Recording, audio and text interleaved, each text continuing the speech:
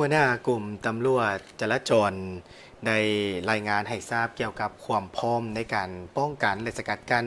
ปัญหาอุบัติเหตุในระยะของการเฉลิมฉลองส่งท้ายปีเก่าต้อนรับปีใหม่สากล 2026 พันเอกคำสอนศรีดาวงศ์หัวหน้ากรมตำรวจจราจรได้แจ้งให้ฮู้เกี่ยวกับการกักเกี่ยมความพร้อมเวียกงานป้องกันสกัดกั้นอุบัติเหตุจราจรทางบกในระยะเฉลิมฉลองส่งท้ายปีเก่าต้อนรับปีใหม่สากล 2026 เนื่องจากว่าระยะเวลาดังกล่าวสภาพการสัญจรเคลื่อนไหวไปมาของผู้คนในสังคมการใช้รถใช้ถนนจะเพิ่มขึ้นและมีความเสี่ยงสูงที่จะเกิดอุบัติเหตุตามท้องถนนฉะนั้นจึงได้แจ้งถึงทุกคนที่ใช้รถใช้ถนนสัญจรไปมาให้เคารพกฎจราจรและให้ความร่วมมือต่อการปฏิบัติของเจ้าหน้าที่เพื่อเป็นการป้องกันสกัดกั้นอุบัติเหตุบ่ให้เกิดขึ้นในระยะส่งท้ายปีเก่าปีนี้กรมตำรวจจราจรได้เคลื่อนไหวดังนี้ 1. ได้วางแผนจัดตั้งกำลังลงกวดกาการปฏิบัติให้ถูกต้องตามกฎหมายอยู่เส้นทางโดยเฉพาะแม่นอยู่จุดเส้นทางทางด่วนทางเข้าทางด่วนสีเกิดทางเข้าทางด่วนวังเวียงแล้วก็เส้นทางเลข10แล้วก็เส้นทาง13ไต2. ได้ออกคำแนะนำถึงแผนกตำรวจจราจรแข็งนครหลวงและเขตพิเศษสามเหลี่ยมคำให้เอาใจใส่ชี้นำกำลังของตนปฏิบัติหน้าที่อำนวยความสะดวกให้ผู้ใช้รถใช้ถนนและเอาใจใส่ในการกวดกาบังคับใส่กฎหมายต่อผู้ละเมิดกฎจราจร 3. ได้ออกแจ้งการถึงพ่อแม่ประชาชนพนักงานทหารตำรวจและผู้ใช้รถใช้ถนนที่สัญจรไปมาให้เคารพกฎจราจรและให้ความร่วมมือในการปฏิบัติหน้าที่ของเจ้าหน้าที่โดยเฉพาะมีบางปัญหาดังนี้ 1. สำหรับผู้ขับขี่รถต้องมีความพร้อมด้านสุขภาพพักผ่อนให้เพียงพอก่อนจะเดินทางต้องได้จัดสรรเวลาให้เหมาะสมระยะทางแล้วก็นอกนั้นก็ต้องได้กำได้สภาพเส้นทางนบอนที่จะไปสภาพเส้นทางนั้นมันดีหรือบ่ดีโดยเฉพาะแม่นเส้นทาง13เหนือเขตเส้นทางที่มีการก่อสร้างภูเก้าลักเส้นทาง13ใต้แต่หลัก21หาหลัก71ซึ่งเพิ่น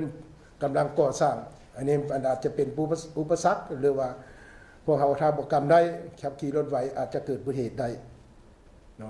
นอกจากนั้นก็ต้องได้กักเก็บเอกสารของผู้ขับขี่และพาหนะให้ครบเพื่อสะดวกในเวลาเจ้าหน้าที่กวดกา 2. ผู้ขับขี่รถจักรต้องใส่หมวกกันกระทบทั้งผู้ขับและผู้ซ้อน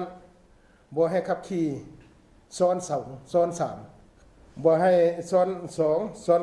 3เพื่อความปลอดภัยการบ่ใส่หมวกกันกระทบมีบางกรณีเกิดอุบัติเหตุโดยเฉพาะแม้การเสียหลักล้มเองกระทบหัวถึงขั้นเสียชีวิตได้เสียองค์ก็เป็นจำนวนหลาย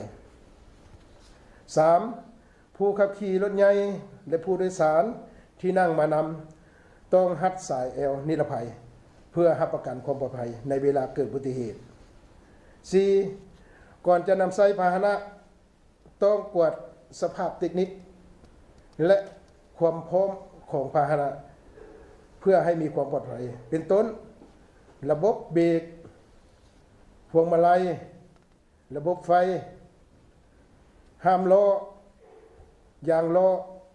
และเสียงเกในเวลาเกิดฉุกเฉินจำเป็นพวกเราต้องได้ใช้ 5. รถขนส่งโดยสารทางไกลต้องมีโชเฟอร์สำรองทุกครั้งในเวลาเดินทาง 6. สำหรับทางด่วนการใช้ความไวสูงสุดบ่ให้เกิน120 กิโลเมตรต่อชั่วโมงและความไวต่ำสุดบ่ให้ลด80 กิโลเมตรต่อชั่วโมงเห็นว่าอยู่ในเส้นทางด่วนในระยะนี้ก็มีการเกิดอุบัติเหตุเกือบทุกมื้อมื้อนี้ก็ได้รับการรายงานจาก พนักงานไอ้น้องประจำอยู่ทางด่วนก็เกิดขึ้น1 รายสำหรับเส้นทางทั่วไปให้ปฏิบัติตามป้ายสัญญาณซีบอกและอิงใส่สภาพเส้นทางเพื่อความปลอดภัย พร้อมนี้หัวหน้ากรมตำรวจจราจรยังได้แจ้งเกี่ยวกับบรรดาข้อห้าม และมาตรการการจัดตั้งปฏิบัติ เพื่อพร้อมกันป้องกันสกัดกั้นอุบัติเหตุจราจรทางบก อุบัติเหตุ แม่นปัญหาหนึ่งที่เป็นภัยข่มขู่ทำลายเศรษฐกิจสังคมอยู่ในปัจจุบันและแต่ละวัน ซึ่งในปีนี้นับแต่เดือนมังกร5 พฤศจิกายนปี 2025ทั่วประเทศมีจำนวนเกือบ 6,000 รายพาหนะเปเพ 10,000 กว่าคัน